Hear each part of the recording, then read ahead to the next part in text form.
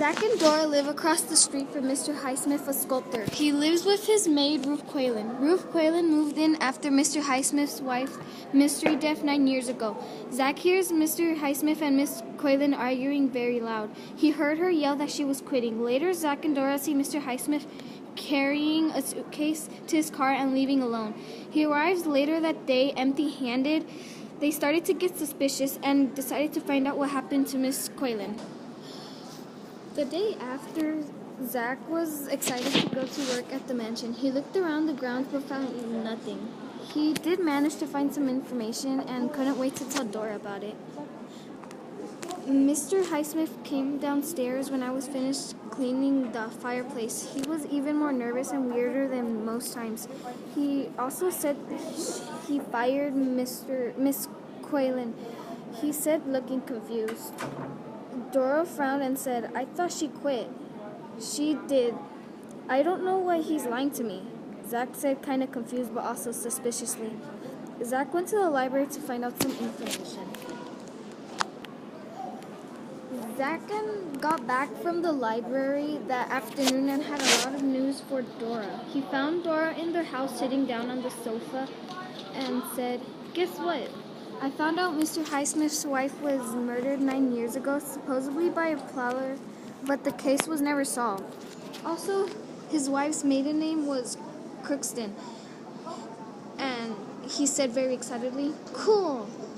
Dora yelled and jumped off her chair. "That means Miss Quaylen was related to his murdered wife and probably found something," Zach said, "so he killed her.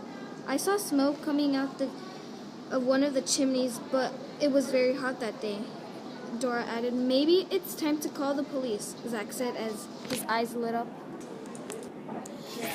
As the police arrived, Mr. Highsmith was polite and not nervous at all. "I fired Mr. Quaylen a few days ago," he said to the sheriff. "I also drove her to the train station," he added. The sheriff looked at him and said, "The children said you drove off the other night without Miss Quaylen, just a suitcase, and heard her yell she quit, but you said you fired her," he said. "The kids are incorrect on both accounts," Mr. Highsmith said. The sheriff and Mr. Highsmith continued to bicker about Miss Quaylen and what happened to her. The sheriff looked around the whole mansion but found nothing. After a few minutes passed, Mr. Highsmith ushered them inside again. They sat by statues and paintings. "I have one more question for you. Is Mr. Jenkins here, the one you sent to kill your wife?" Zach said. Mr. Highsmith looked around nervously. "A perfect statue of a boxer because it is a boxer inside a statue, and it's Mr. Jenkins," Zach also said. Mr. Highsmith looked amused, but the sheriff was confused. "Dora, could you show us where Miss Quaylen ended up?" Zach said. "Why, certainly," Dora said, as she walked to a statue of Hippolyta. "You encased her here, am I right?" The sheriff looked around. He